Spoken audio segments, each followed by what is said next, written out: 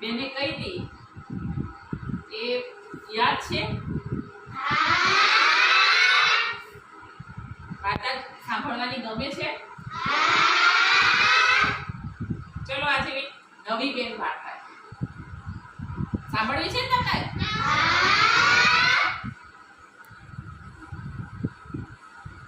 કોઈ પણની નકલ કરીએ ને એ વખતે એમને નકલ ન કરે. ક્યારેક નકલ કરવામાં માર પણ ખાવો પડે.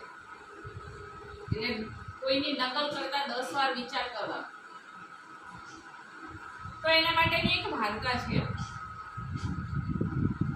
એક વાંદરાભાઈ હતા. કોણ હતું? વાંદરાભાઈ. અને એક ગધેડાભાઈ હતા. કોણ હતા? ગધેડાભાઈ હતા.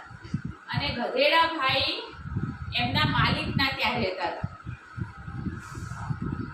તો ગધેડાભાઈને એમના માલિક જે છે એને ઘાસ પૂળો ખવડાવે ને એની પાસે જે કામ હોય કરાવે.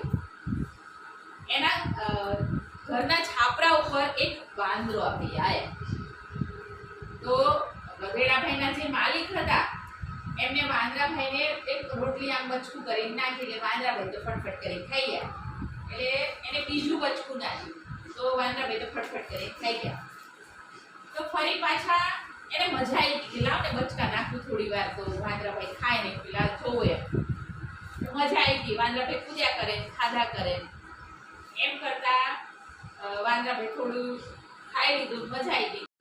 તો બીજા દિવસે ગધેડાભાઈને એમ થયું કે આ માલિક છે ને વાંદરાભાઈને રોટલી આપતા હતા ને નાસ્તો તો વાંદરાભાઈ સૂતો તો છાપરા ઉપર બેસીને, તો લાવ ને હું પણ છાપરા ઉપર જઉં એમ.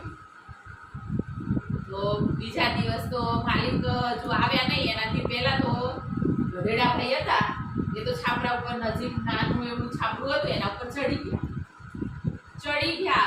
એટલે ગધેડાભાઈનો તો વજન વધારે હતો એટલે છાપરું જે હતું નળિયાને કૂદવાનું ડિસ્કો કરવા પડે ગધેડાભાઈ એટલે અંદર તૂટી ગયું. શું થઈ ગયું? તૂટી ગયું. એટલે માલિકે તો ઉપર ચડીને દંડો લઈને માર્યો. ગધેડાભાઈ શું કર્યું? માર્યા કે સાલા તું અહીંયા ચડી ગયો, મારું છાપરું તોડી નાખ્યું. એટલે ગધેડાભાઈને એમ થયું કે વાંદરાભાઈને તો રોટલી આપી અને મને તો શું આપ્યું? દંડા આપ્યા. શું આપ્યું? દંડા ખાવા પડ્યા, માર ખાવો પડ્યો.